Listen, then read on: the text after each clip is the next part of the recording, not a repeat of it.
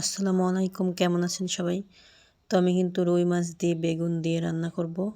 তো মাছগুলোকে কুটে ধুয়ে পরিষ্কার করে নিয়েছি। এই যে রুই মাছের মাথাটাকে দেখাচ্ছি।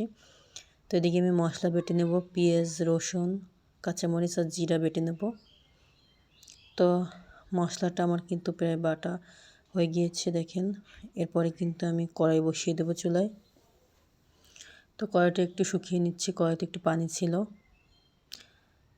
তো আর ওদিকে কিন্তু মাছের মাথাটাকে আমি মাঝখান থেকে কেটে দেব। মাছের মাথাটাকে কেটে না দিলে কিন্তু মাথার ভিতরে কোনো মশলা ঢোকে না, এই জন্য।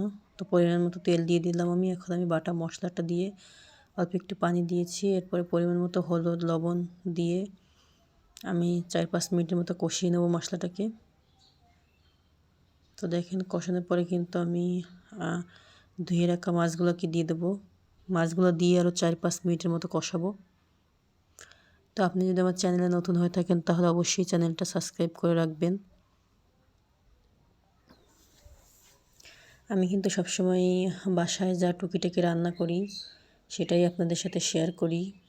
আমার ভিডিওতে আমি কোনো রকমের ফিল্টার ব্যবহার করি না। তো দেখেন আমার কিন্তু মাছ কষানো হয়ে গিয়েছে। এখন মাছগুলোকে আমি তুলে একটা বাটিতে উঠিয়ে নেওয়ার পরে ঝোলের পানি দিয়ে দিয়েছি। দেখেন ঝোলের পানিটা ফুটে উঠেছে। এখন আমি কেটে ধুয়ে রাখা বেগুনগুলো দিয়ে দিলাম, দিয়ে ঢেকে দিয়েছি। 5 মিনিট পর আমি নাড়াচাড়া করে কষানোর যে মাছগুলো আমি উঠিয়ে রেখেছিলাম সেই মাছগুলো আমি দিয়ে দেবো। তো দেখেন আমি মাছগুলো কিন্তু দিয়ে দিলাম। দেওয়ার পরে এখন আমি ঢেকে দেবো। ঢেকে দিয়ে আমি আরও 15-20 মিনিটের মতো রান্না করে নেব। তো মাছটা টাটকা ছিল তাই আমি না ভেজে আমি কষিয়ে রান্না করেছি। তো দেখেন আমার কিন্তু তরকারি রান্নাটা হয়ে গিয়েছে দেখেন। তো রান্না কিন্তু শেষ আমার। তো আমার রেসিপিটি কেমন লাগলো অবশ্যই কমেন্ট করে জানাবেন। আল্লাহ হাফেজ।